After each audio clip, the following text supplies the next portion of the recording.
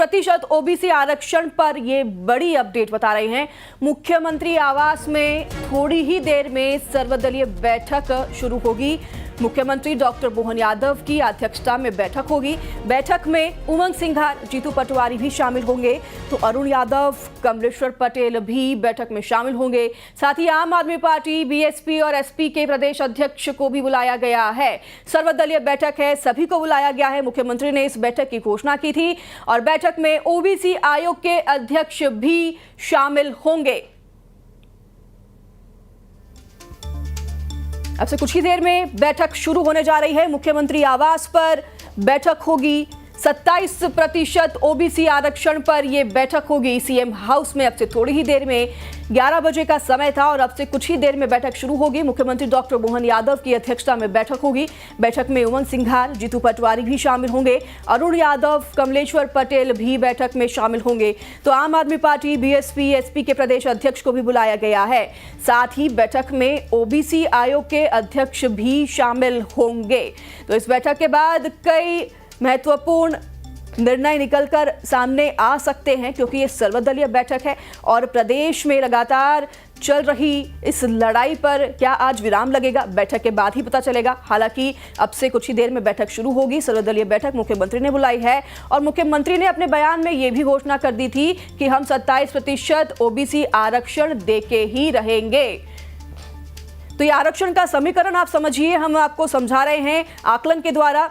इस व्यवस्था पर आपको बता दें कि अब तक कितने आरक्षण थे और अभी की जो व्यवस्था है वो भी आपको बताएंगे। एसटी पर 20% तक की व्यवस्था अभी तक है, आरक्षण है और अभी तक भी 20% ही है।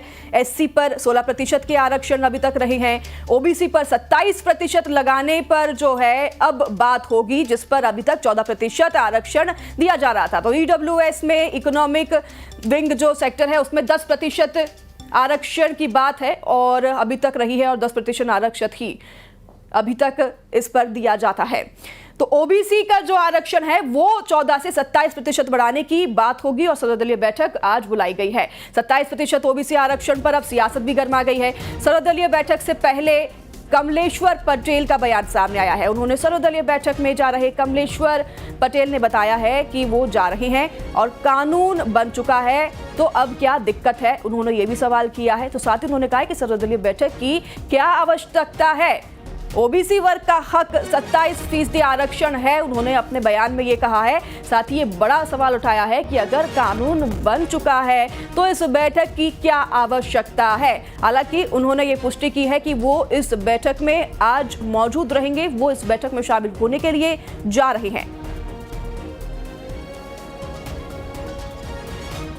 सरकार ओबीसी के साथ छलावा कर रही है और अगर सही में ओबीसी की हितैषी है तो सरकार को अपना रुख स्पष्ट करना चाहिए।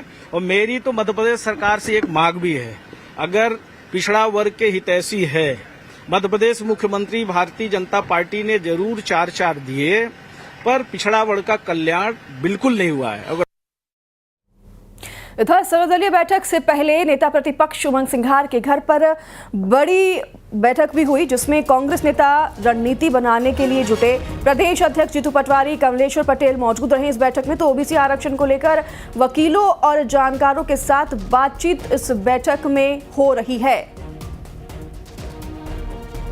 सर्वदलीय बैठक से पहले ये बड़ी बैठक है नेता प्रतिपक्ष उमंग सिंघार के घर पर जो बुलाई गई है। कांग्रेस नेता रणनीति बनाने में जुटे हुए हैं।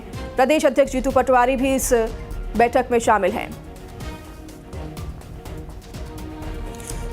वासु हमारे साथ जुड़ गए, भोपाल से रुख करेंगे वासु, सर्वदलीय बैठक अब से कुछ ही देर में शुरू होने वाली है, क्या कोई मूवमेंट है वहां पर, उसके बारे में बताइएगा। पर उससे पहले ये बात और ये महत्वपूर्ण खबर कि नेता प्रतिपक्ष है उमंग सिंघार, उनके घर पर भी बैठक बुलाई गई है। क्या कुछ चर्चा हुई है, क्या रणनीति यहाँ पर कांग्रेस बना सकती है जो सर्वदलीय बैठक से जरूरी थी बैठक? वासु, बिल्कुल चित्रा, देखिए आज बेहद महत्वपूर्ण दिन है अगर मध्य प्रदेश की सियासत के लिहाज से देखा जाए और ओबीसी वर्ग को लेकर देखा जाए, क्योंकि ओबीसी आरक्षण को लेकर पहली बार सर्वदलीय बैठक जो है वो बुलाई गई है और कांग्रेस ने अपना पक्ष रखने के लिए जमकर तैयारी की हुई है। कुछ देर पहले हम नेता प्रतिपक्ष उमंग सिंघार के घर ही अभी मौजूद हैं और यहां पर कांग्रेस ने एक बड़ी बैठक बुलाई थी जिसमें जीतू पटवारी, कमलेश्वर पटेल, अशोक सिंह जो राज्यसभा के सांसद हैं, अरुण यादव जो पूर्व केंद्रीय मंत्री हैं, वो तमाम नेता शामिल हुए। वकीलों की एक टीम जो है वो भी यहां पर मौजूद थी और सब ने मिलकर ये राय मशवरा किया है और कांग्रेस की तरफ से क्या पक्ष रखना है उसका जो पूरा खाका है वो तैयार हो गया है। कांग्रेस के तमाम नेता एक साथ सीएम हाउस के लिए निकले हैं। खुद जीतू पटवारी गाड़ी ड्राइव करते हुए नजर आए, उनके बाजू में उमंग सिंघार बैठे हुए थे, कमलेश्वर पटेल, अरुण यादव, अशोक सिंह जैसे तमाम जो नेता हैं वो सारे लोग एक साथ गाड़ी में बैठकर रवाना हुए हैं, सीएम हाउस जा रहे हैं और वहां पर जाकर कांग्रेस का पक्ष जो है वो रखने का काम करेंगे। लेकिन कांग्रेस इस पूरी बैठक को महज राजनीति बता रही है, महज दिखावा बता रही है। कांग्रेस का यह कहना है कि हम लोग पहले ही विधानसभा में इस चीज को ला चुके हैं, अध्यादेश ला चुके हैं, कानून बन चुका है, तो फिर अब सर्वदलीय बैठक की क्या जरूरत है। अगर सरकार की नियत स्पष्ट है तो सीधे 27% आरक्षण जो है वो लागू करें। हम लोग कोई विरोध थोड़ी ना कर रहे हैं जो आपको सामंजस्य बिठाने के लिए सर्वदलीय बैठक बुलानी पड़ रही है। ये तमाम आरोप जो है कांग्रेस की ओर से लगाए गए। नेता प्रतिपक्ष उमंग सिंघार के नेतृत्व में एक जो पूरे डेलीगेशन है कांग्रेस का वो सीएम हाउस के लिए रवाना हो चुका है और संभवतः कुछ ही देर में जो सर्वदलीय बैठक है वो भी शुरू हो जाएगी और फिर उसके बाद देखना होगा कि भाजपा, कांग्रेस, बसपा, सपा, आम आदमी पार्टी के बीच इस पूरे मामले को ठीक है, आपके पास लौटेंगे वासु। हमारे साथ बीजेपी प्रवक्ता जुड़ गए हैं प्रेम व्यास। रुक करते हैं प्रेम जी का। प्रेम जी, ये अब सर्वदलीय बैठक बुलाने की क्या जरूरत है कांग्रेस की तरफ से कहा जा रहा है, क्योंकि अगर ये कानून पहले ही पेश किया जा चुका है तो सीधे एफिडेविट दीजिए और कानून को लागू कीजिए, कांग्रेस कह रही है। तो ये बैठक में क्या अहम मुद्दे होने वाले हैं प्रेम जी? देखिए, मुझे लगता है कि टेक्निकली कांग्रेस को समझने की आवश्यकता है, क्योंकि अगर कमलनाथ जी उस समय जो हलफनामे में जानकारी दी गई थी और जिस जानकारी के बेसिस पे कोर्ट ने स्टे करा था, तो मुझे लगता है सबसे पहले तो ड्रॉबैक था कि भागते भागते 4 लाइन का एक अध्यादेश बना देना। वास्तविकता में इनकी मंशा आरक्षण देने की थी नहीं। उसके बाद में सुप्रीम कोर्ट में हमने अप्लाई करा, हाई कोर्ट से जितनी भी एप्लीकेशन थी उसको प्लग करके सुप्रीम कोर्ट लाए, सुप्रीम कोर्ट में पर डे हियरिंग पे मामला आ गया है। उसके बाद में सर्वदलीय बैठक में तय होगा और तय होने के बाद में निश्चित रूप से जो उसका मार्ग है वो प्रशस्त होगा। पर कांग्रेस कभी नहीं चाहती कि आरक्षण मिले, आरक्षण का लाभ मिले, क्योंकि अगर प्राथमिक समय से देखा जाएगा तो कांग्रेस का जो पूरा 47 के बाद से जो काल रहा है वो आरक्षण विरोधी। अगर कांग्रेस नहीं चाहती तो अध्यादेश ही पेश नहीं करती। चलिए उनसे ही पूछते हैं। हमारे साथ कांग्रेस के प्रवक्ता भी जुड़ गए हैं, राम पांडे। राम जी, बीजेपी कह रही है कि आप चाहते ही नहीं कि ओबीसी वर्ग के लिए 27 फीसदी आरक्षण आए प्रदेश में।